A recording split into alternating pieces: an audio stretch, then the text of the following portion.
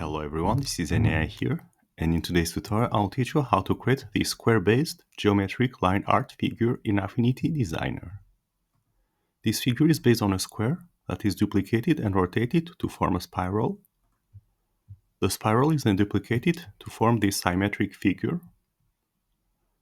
Alright, so to get started we go to File New and we create a new composition. We give it 2000 by 2000 pixels in dimensions. And we click on Create. And then we make sure that snapping, snap to guides, and snap to object bounding boxes are enabled. And then we go to View, Guides, and we add horizontal and vertical center guides to the composition. And then we're going to start drawing the figure.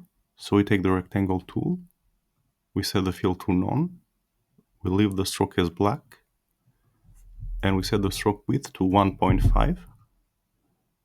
And then starting from the middle of the composition, and while holding Ctrl and Shift to expand from the center and keep the 1:1 proportions, we go ahead and we create a square of about 750 by 750 pixels in dimensions. And then we select the square. We press on Ctrl J to duplicate it. And then we scale it down while holding Ctrl and Shift until there is a thin white space between both squares. And then we rotate it to the left until it touches the first square. And then we press on Ctrl J to power duplicate to create the spiral like this.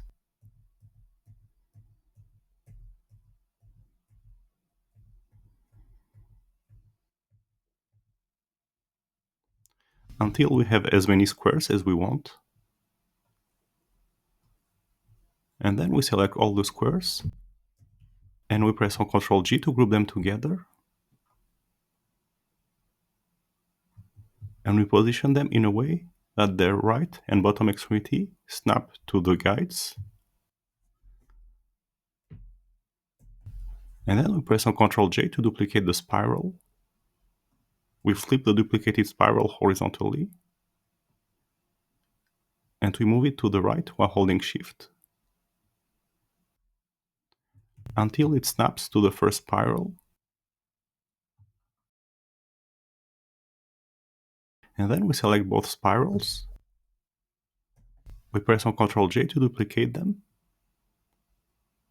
And we flip the duplicated spirals vertically. And we move them downwards while holding Shift.